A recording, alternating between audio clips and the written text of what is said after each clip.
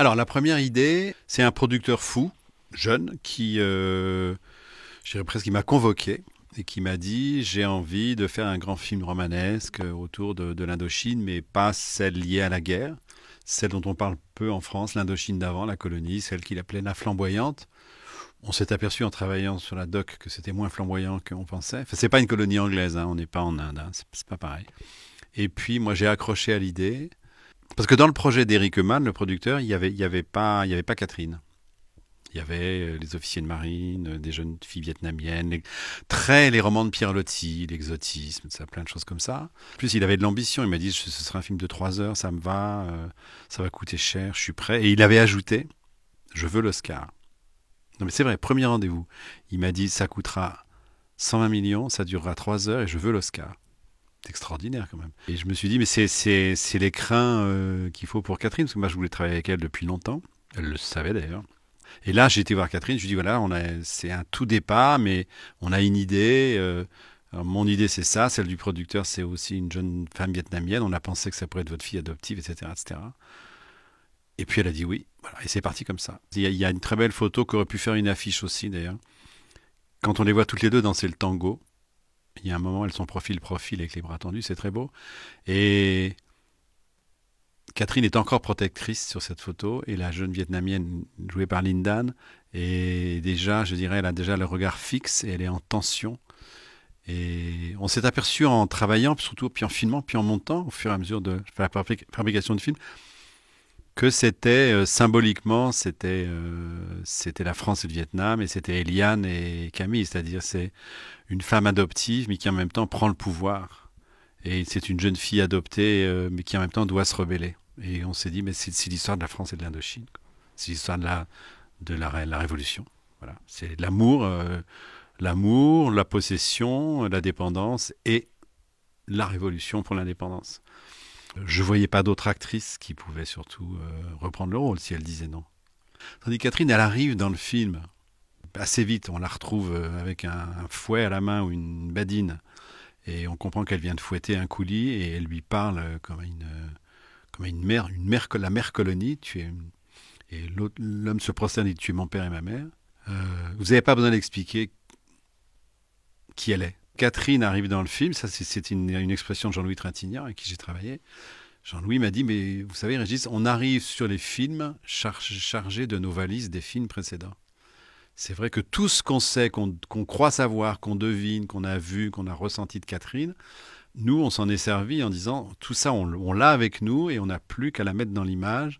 Et les gens croiront immédiatement le personnage qu'elle est, parce qu'ils vont accepter tout de suite le personnage parce qu'ils savent qu'elle en est capable.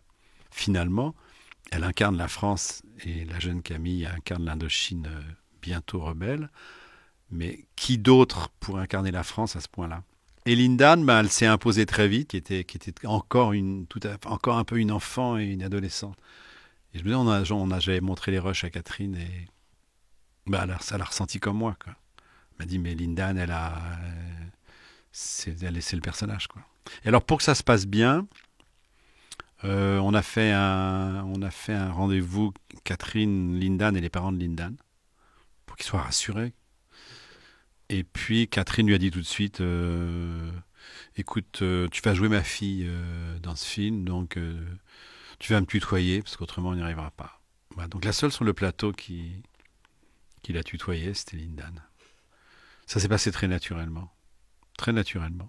Catherine était très gentille et très délicate avec Lindan. Et Lindan finalement trouvait ça normal. C'est vrai que ce tutoiement qu'elle était la seule à se permettre, c'était très étonnant. Ça a créé un lien qui était nécessaire. Catherine avait compris ça tout de suite, qu'elle ne pouvait pas la garder à distance. C'était très étrange pour Lindan parce que même si elle est partie de son pays, elle avait 1 an, elle est partie de Saigon, elle avait 1 an, elle est partie avec ses parents, avec sa grand-mère. C'est grâce au film que le père de Lindan et la grand-mère ont pu revenir. D'abord, on l'a engagée comme actrice, et le père a fait le boulot de chaperonner sa fille. Et là, on a loupé un magnifique reportage documentaire, c'est-à-dire 3 générations de Vietnamiens qui reviennent en 90 dans leur pays. C'était compliqué pour Lindan, il y a eu des moments d'émotion pour elle. Mais il y a une scène où où on voit les gens affamés venir à la mission chercher du riz. Et là, Lindan, on avait une figuration qui était tellement vraie qu'à un moment, Lindan, elle s'est laissée déborder par l'émotion, quoi. On a été faire des repérages en Thaïlande parce que ça semblait plus rassurant. Mais j'ai dit, mais quand moi j'ai fait des repérages au Vietnam, on est parti de Saigon, on est monté jusqu'à la frontière chinoise en minibus. On n'a pas vu un touriste, on a vu personne. Je ne sais même pas pourquoi ils nous avaient accueillis, les Vietnamiens. Je ne sais pas pourquoi ils avaient accepté ce voyage. Mais donc, quand j'ai découvert le Vietnam, j'ai dit, mais je peux pas tourner ailleurs. Il y avait L'Amant, Dien Bien Phu et Indochine. Et on est sorti.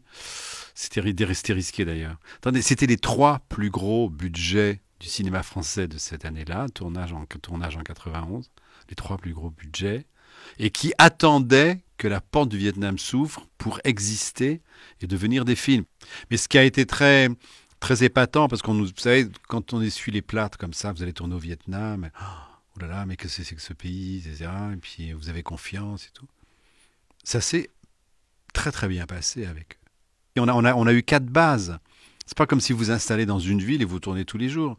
On a travaillé du côté de Nam Dinh, ce qu'on appelle la baie d'Along sur Terre. Après, on a rejoint la baie d'Along. Après, on a été à Hanoï. Après, on a été à Hue.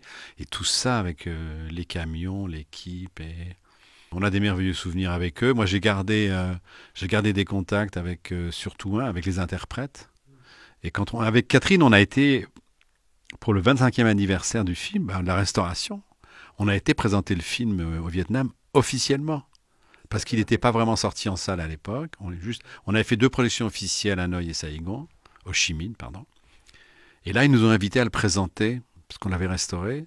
Donc on a fait une espèce d'avant-première d'Indochine, 25 ans après. Avec Catherine, avec le ministre, avec l'ambassadeur. Enfin, c'est incroyable. On a fait 2 jours de presse dans l'hôtel Métropole. On a reçu les journalistes. C'était très étonnant. Et donc là, surprise, j'avais l'interprète avec qui je suis resté en contact, Chung, qui était essentiel au film. Et il m'a dit, tiens, demain, on va manger des nems, tu verras un endroit que je connais qui est vraiment bien. Je suis arrivé, il y avait tous les interprètes du film, qui étaient tous des profs de français à l'époque, et qu'on avait bien voulu nous laisser pour le film. C'était tous des profs d'université. Mais eux, ils se sont régalés, hein, tous. Le succès, je sais pas, c'est romanesque, épopée. C'est un film pas comme les autres quand même. Déjà, c'est un film de 2h45, presque 3 heures. De Palma m'avait dit, mais tu aurais dû faire 3 heures ou 3h15. Le début va trop vite. Ils viennent pour 3 heures, tu peux leur faire 3h15. Je dis, ah bon, il fait 2h45, c'est déjà pas mal. Mais le sujet, vous savez, la guerre du Vietnam, c'est un traumatisme américain. Et aux États-Unis, il y a énormément d'Américains qui ont... Pour eux, le Vietnam, c'est la boue, le fer, la mort, la guerre. Voilà. Et ils ont découvert un pays. Des gens, on en parlait à l'instant, des gens avec une culture, avec une langue, avec un passé, avec une histoire, avec une souffrance aussi. Voilà. Et puis ils ont découvert la guerre française que beaucoup ne connaissaient pas. Donc il y a beaucoup de vétérans de la guerre du Vietnam qui, ayant vu le film, sont retournés au Vietnam. Mais le film, voilà, j'en parlais avec des amis italiens récemment. C'est un film célébrissime en Italie, en Espagne. On a fait un triomphe en Corée. Après, Lindan a travaillé pour les Coréens, joué une jeune Vietnamienne dans une série coréenne. C'est un film connu au Japon, en Scandinavie, en Amérique du Sud.